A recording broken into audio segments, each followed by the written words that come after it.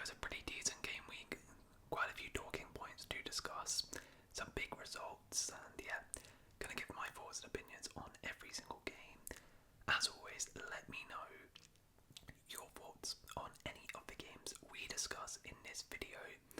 Now, disclaimer, I'm filming this before the Bournemouth Southampton game because, you know, we got Champions League coming out. I can't really wait until Monday. So obviously I don't know the result of that game, but we'll see what happens in that one. Hopefully it's not like an amazing 5-5, and yeah, we ain't missing out on too much. But anyways, let's begin. So let's begin with Newcastle 1, Manchester City 1. Goals from Anthony Gordon and Josko Gvardiol. Now the champions Man City drop points for the second week in a row. After their draw against Arsenal, they've drawn away at Newcastle, and they actually lose their top spot because of this, which I'll come on to. But I thought this was a decent game. It was a decent game. The Josko Gvardiol goal was really, really nice from Manchester City. Absolutely fantastic. Great work from Grealish for the assist, and then Josko Gvardiol with a lovely turn and then finish. It was almost like an attacker's goal. Like, for a defender to do that, it's just absolutely insane. Now there was quite a few contentious decisions in this game. The penalty on Anthony Gordon won it through Edison, you know, taking him out.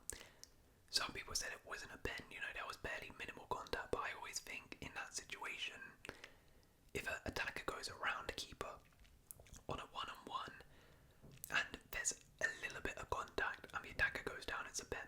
It's a pen. It's just is what it is. And yeah, Gordon stepped up. Isaac obviously not playing. He stepped up and Goldie put the penalty away.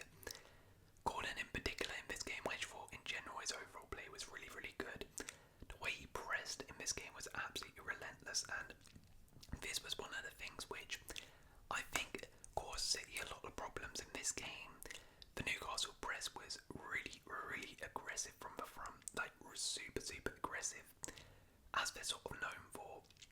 And Man City really struggled in that first phase to, you know, build that ball up and create a lot of clear-cut chances. Like, City were the better side, but they didn't really create like tons of clear-cut chances in this game, and that was mainly due to Newcastle. But also Man City, I kind of felt like after this goal, City sort of lost their heads a bit. Like, they got embroiled in a bit of a, you know, they lost that control, a bit of a basketball match at points.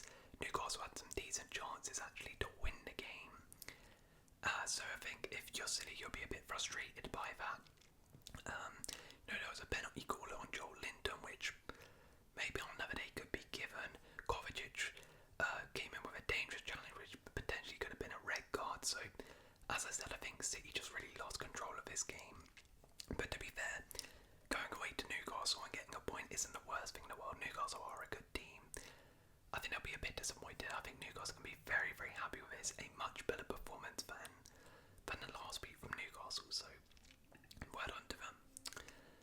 Next up, we have Arsenal 4, Leicester City 2. Goals from Gabriel Martinelli, Leandro Trossard, own goal from Wilfred Ndidi, Kai Havertz, and a brace from James Justin. Now, when I saw this fixture, Arsenal at home to Leicester, I was not expecting to be sitting here talking about an absolutely amazing game. I thought it was going to be like a comfortable 3-0, 2-0, 4-0 maybe win for Arsenal. But fair play to Leicester. I mean, Leicester, the performance was pretty bad. Like, Leicester did not deserve to get anything from that game. But they fought hard, they dug in, and they made it a right game. I mean, look at that. Arsenal had 36 shots, 16 on target, 74% possession. Leicester were battered, yet, I mean, an absolute wonder goal from James Justin. That second goal from James Justin, it reminded me of Benjamin Pavard against Argentina 2018 World Cup. If you know, you know. The way he sort of goes over the ball, slices that volley, absolutely superb. One of the best goals of the season so far. And yeah, to go from 2-0 down to make it 2-2 at the Emirates is unbelievable.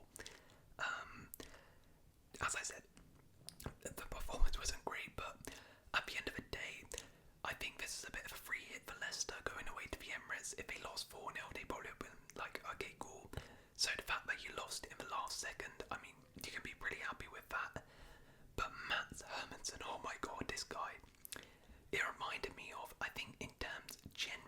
season. He's pulled off a lot of saves.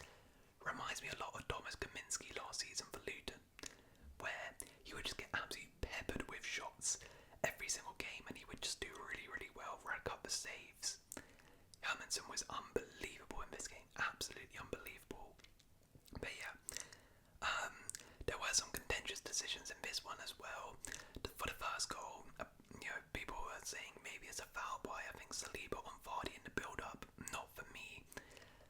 Calafiori, though, for me, definitely should have got sent off. He was on a yellow, made a challenge. I think on Buonanotte, which should have been a clear second yellow card. I do not know why it was not given. That was really bad. And I mean, if any Arsenal fans are thinking, the refs have an agenda against us after the last 3 weeks, no. Refs are just rubbish, because you should have got a red in this game, right? So, yeah, it's just inconsistent refereeing all around. But from Arsenal's perspective, I mean, God, they'll be a bit annoyed that they almost threw this away, and it took them that long to, they had to dig in that much to get the win, but they got the win, and that's really all that matters. The performance was, as you would expect, as I said, on another day, if Hermansen wasn't in goal, it would have been a comfortable 4-5-0 victory, and, they conceded a wonder goal and a deflection, couldn't really do too much about it, so business as usual for Arsenal. Good win for them, and yeah, I mean, Leicester, just pack yourselves down and move on to the next. Next up, we have Brentford 1, West Ham 1. Goals from Brighton and Buemo and Thomas Soucek. Now, Brentford made a bit of history in this game. They became the first ever team to score 3 goals in a row in under 1 minute in the Premier League games. Absolutely unbelievable. They've done it again, scoring under 1 minute. I mean, these guys literally have a real life kickoff glitch. They literally, in FIFA where you have the kickoff glitch. Yeah, these guys have a kickoff glitch. I mean, three in a row is mad. Absolutely mad. I reckon in Brentford's training, all they do is just do kickoffs. That's all they do. It's absolutely unbelievable. It was a great finish though by Brian Mbeumo, who has been unbelievable. Scores again. Brian Mbeumo has been absolutely fantastic to start this season. I honestly do think that he could potentially get a big move this season. Brian Mbeumo, if he keeps his form up, can definitely move to a bigger club because he has been unbelievable. But Brentford couldn't hold on to the win. It was a bit of a scrappy goal, but Thomas Soucek got the goal in the end. I mean, to be honest, this game was pretty even. I don't think West Ham, if they had lost it, would have probably been a bit annoyed because they played decent, and for West Ham it's actually a pretty good point. Brentford have started the season really well. Going away to Brentford is tough. It's a tough place to go. And obviously West Ham have had a really, really poor start to this season. Got smacked midweek by Liverpool in the Carabao Cup. So a good confidence booster for them to go away to Brentford, get a point. Not the end of the world. I think a point was a fair result in this one. And to be honest, I think both teams are probably fairly happy that they got a point in this. And yeah, they'll take that and move on. Not really much else to comment on in this game. Right, next up we have Chelsea 4, Brighton 2. 4 goals from Cole Palmer and Jorginho Rutter and Carlos Baleba also on the score sheet. Boy oh boy, listen. if you're not a Chelsea fan, then honestly just skip this section, because you're about to hear 5 minutes of Cole Palmer prop, because oh my word, Cole Palmer is unbelievable. 4 goals in one half, the first player in Premier League history to do so. Absolutely unbelievable. This man, this kid. Absolutely insane. 4 goals from Cole Palmer. Insane. I mean, look, I told you, you're going to have to skip it. Cole Palmer is the best player in the Premier League. He just is. People don't want to admit it, but he is. Last season, 3rd. I think he finished 3rd top goal scorer in the whole of the Premier League. Pretty sure he got the most goal contributions out of anyone. People said, it's all penalties. Well, this season, I think this was actually his first penalty this season. Maybe he's taken one more, potentially.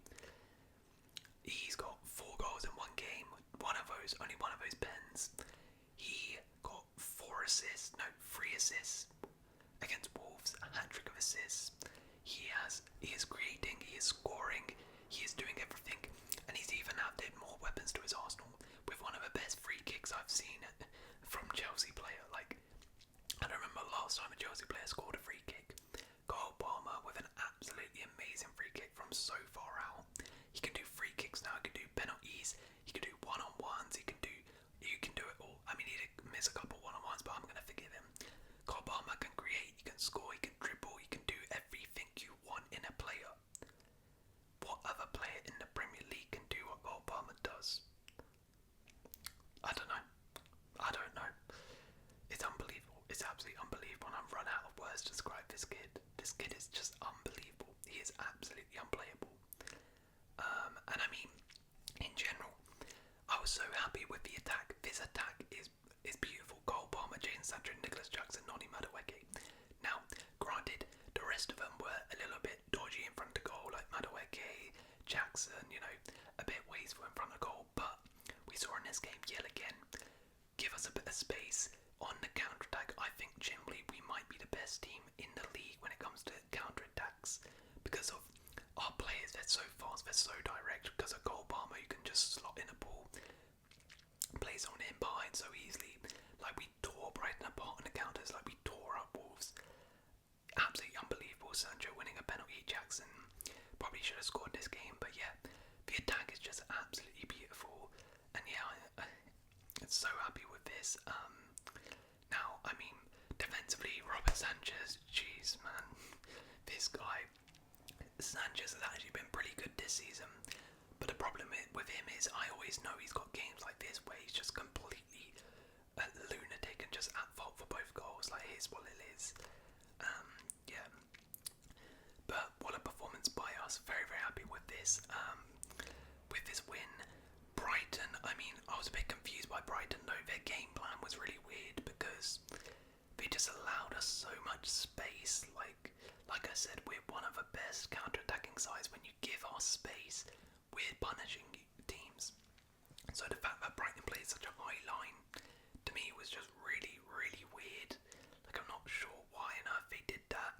They were getting cut open time and time again. I know we want to play their way, but like, they get to a point like, come on, you're getting ripped apart here, just sit back a little bit. But yeah, absolutely unbelievable by Chelsea and Cole Palmer. Next up we have Everton 2, Crystal Palace 1, 2 goals from Dwight McNeil and 1 from Mark Gay. Everton get their first win of the season, absolutely huge. Both teams haven't won a game yet, so yeah, luckily this didn't end a draw. Dwight McNeil, I mean, what on earth? This guy, he's always capable of a banger, he's always got a banger in him. But this guy, like, I swear sometimes he probably has such a good highlight reel. I reckon like his goal catalogue is unbelievable. Even from just this game alone, like, that first goal was so good. Like, so good from him. Bended it in far corner, and then even the second one, little touch, beautiful, and then the finish, absolutely unbelievable. Yeah, Dwight McNeil, insane, and he completely clutch up for Palace because, I mean, Palace, for Everton, I was about to say Palace game. Everton weren't their best. Like, Everton weren't great this game. I don't even think they deserved to win this. They just had some 2 really good goals from McNeil, but their overall performance was pretty poor. Like, especially from set pieces, they were really, really bad at defending them. Pickford was a little bit shaky in this game. And yeah, Mateta got in through one-on-one a couple times. It wasn't a great performance by Everton, which is ironic because I think this is probably one of their worst performances, and they still managed to get their first win. Like, that's just football for you. But yeah, big win for Everton. Crystal Palace though, I mean, Glasner's going to be so annoyed because they completely threw this game away.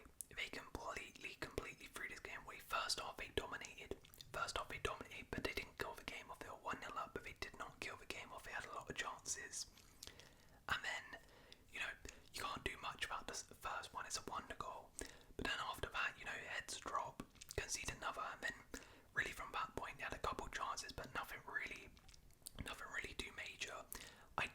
should have had a penalty though. They should have had a penalty. Mateta got taken out by James Tarkowski. For me, it's a clear penalty. I would be annoyed if I was a Palace fan about that. But I mean, Palace, maybe you start to worry about them. It's a loss, still not got a win yet. Yeah, maybe you're starting to worry about them now a little bit. But big win for Everton, relieve the pressure of Dyche. Next up, we have Nottingham Forest 0, Fulham 1, goal from Raul Jimenez, penalty. Yeah. Now this game, to be honest, was just riddled with like fouls and potential penalties and stuff like that. So let me just go through them all. Firstly, the penalty on Jimenez, clear penalty in my opinion, definitely a pen by Murillo. Captain Andres Pereira, a really interesting penalty style from Raul Jimenez. Has he always done that? I feel like he never did that before, but yeah, pull it away. Jimenez, who seems like he's getting his feet together. I think that's back-to-back goals now for him, so not bad. He always goes through little purple patches, doesn't he?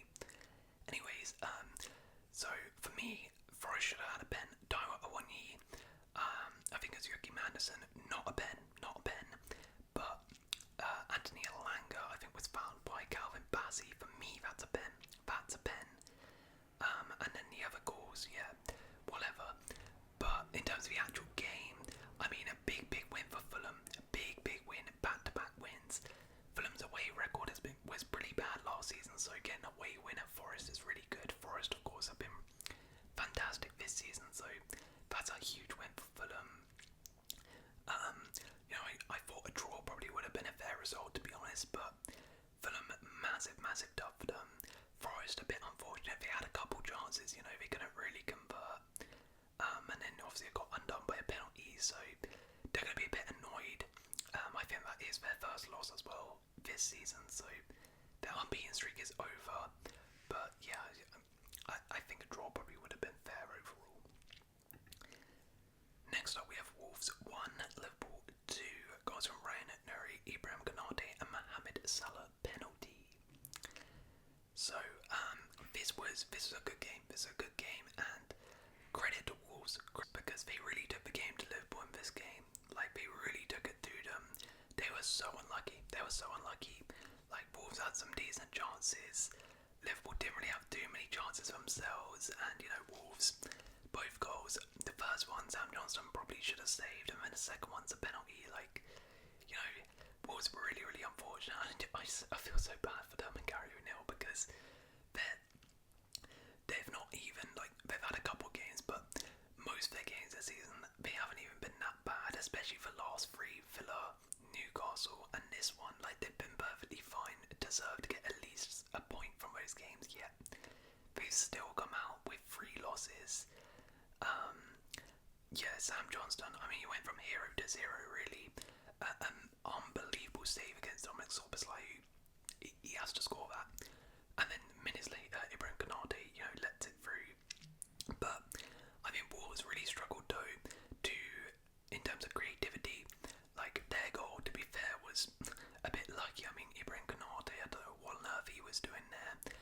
Great from Strand Larsen, who is just, he started the season really well. He looks like such a good player.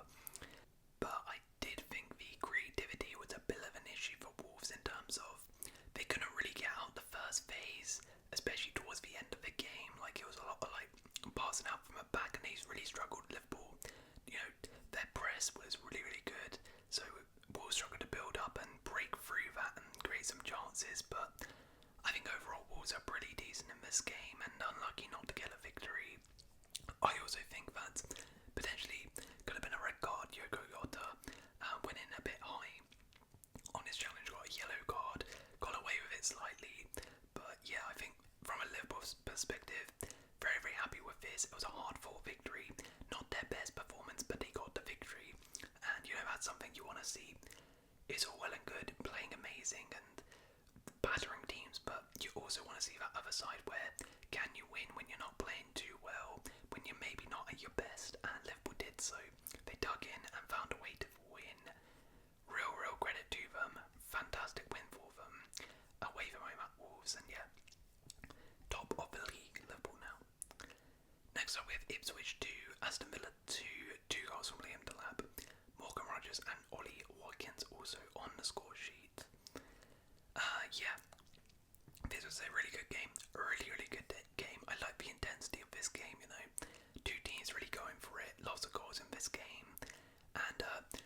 Ipswich perspective, I mean, what a performance, what a result, what a result. Villa, tough side to play, unbeaten this season so far. So to get a point against Villa is really, really good, and especially considering that they were 2-1 down, to battle and get a point is fantastic. And they deserved it, in my opinion. They deserved it. They did really, really well in this game. I mean, Liam Delap with a brace, absolutely superb. Delap has adapted to the Premier League really, really well. Really, really good. You know, he's already got a couple goals to his name now. Fantastic stuff from him. You know, Calvin Phillips was pretty decent in this game. Yeah, I thought Ipswich overall gave it a really, really good go, and they're showing, you know, maybe other two promoted sides that haven't been amazing. Ipswich, while they, you know, haven't got a win, they have been fighting in every single game and made every single game hard for the opposition, and they're slowly just getting these points, which is crucial for them. So credit to them. I did think Sam Morsey should have been sent off though, already on a yellow and with a horrible challenge. I mean, I don't know how he wasn't sent off in my opinion. But yeah, good from Ipswich. From a Villa perspective though, it's so frustrating. Completely chucked this game away. You know, when 1-0 down early, did really well to battle back. Morgan Rogers with a really well taken goal. He's been fantastic this season. Watkins also getting on the score sheet. But I mean, the defending for both goals was just rubbish. Really, really bad. Emi Martinez probably could have done a bit better on the first one too. Diego Carlos though, oh my word. I mean, this guy in general has been a bit shaky this season. But boy, oh boy, he was... the way he got absolutely spun by Liam Delap that easily for the second goal was embarrassing. A little simple step over and he gets absolutely turned inside out like that. Like, are you kidding me? And he also tried to like play him offside on that for no reason.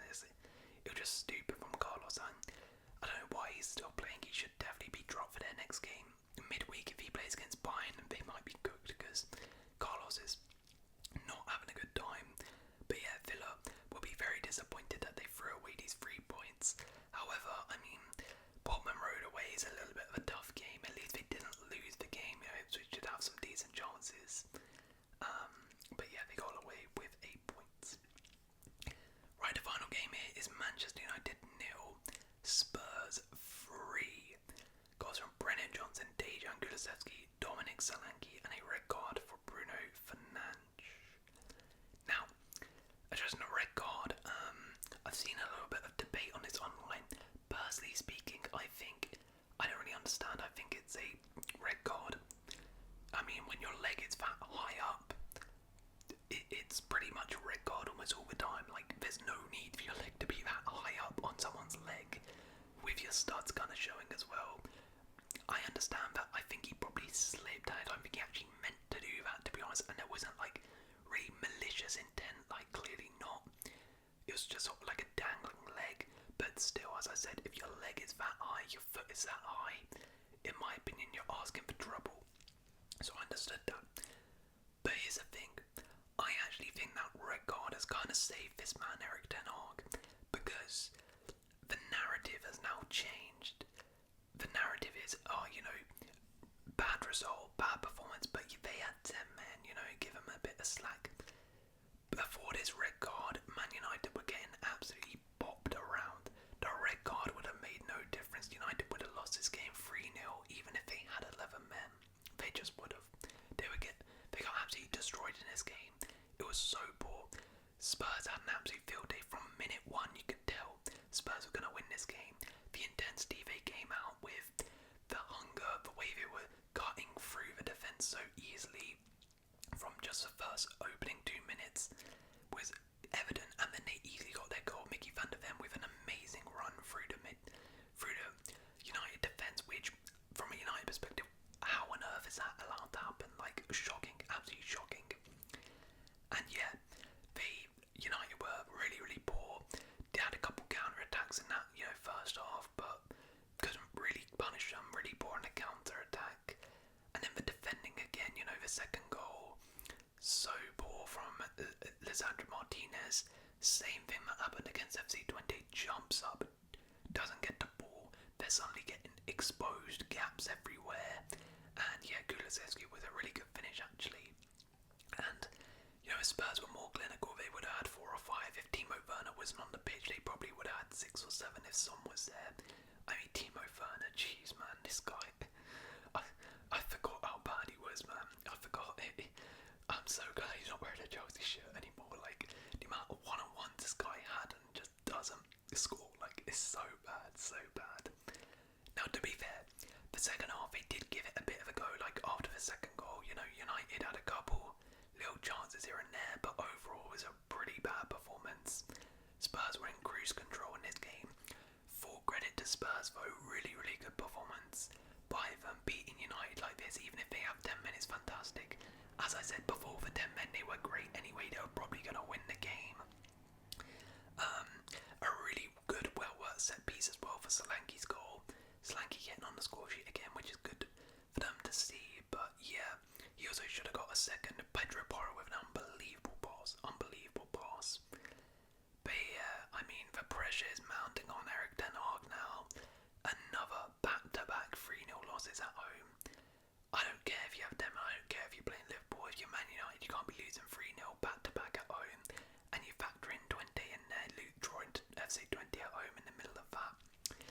Not good at all. And yeah, it's looking pretty bleak for Man United right now. They've still got a lot of problems to fix. Spurs though, fantastic performance and a big confidence booster for them. It looks like they're slowly, you know, a bit of a slow start for the season, but they're slowly kicking into gear and Andrew is going into full effect. Right, let's go on to our awards then. So we begin with the player of the week. Now, honourable mentions to Dwight McNeil. Amazing, 2 goals there. Mats Hermansen, unbelievable performance in goal. For Leicester, Liam Delap with a brace. For Ipswich, great. But of course, I mean, who else am I going to give it to? Cole Palmer, 4 goals. Has to be the player of the week this week. The flop of the week, honourable mention to Robert Sanchez for gifting Brighton 2 goals like that. Diego Carlos for being absolutely turned inside out by Liam Delap of all players. But I have to go for Bruno Fernandes. Bruno Fernandes getting sent off. I mean, your team was already getting destroyed and you get sent off. Interestingly, that's his first ever red card. I did not realise in a Man United shirt. I feel like he would have got a sending off before that, but yeah, just didn't help your team who were already struggling, and now, yeah, got absolutely battered because of that. The moment of the week, you know what, I was actually struggling here. I don't think there was any like really big standout moments really from this game week. Maybe, you know, if any of you can let me know in the comments below, but I'm struggling here. I'm just gonna go for Cole Palmer's free kick. I thought was a pretty good moment, like unbelievable free kick, really good. The worst refereeing decision. No, I did not struggle here. There was literally like 10 to choose from here. You got potentially Diogo Jota's red card, potentially Crystal Palace not getting a penalty, Arsenal's second yellow Calafiori, Kovacic potential red, Joel Linton's pen. I mean, it's just so many. Sam Horsey's red card. I can name 500. Take your pick out of any of them, but yeah, that is the game week review for game week 6. Hope you guys have enjoyed this video, and if you have, please leave a like, consider subscribing. I'll see you in another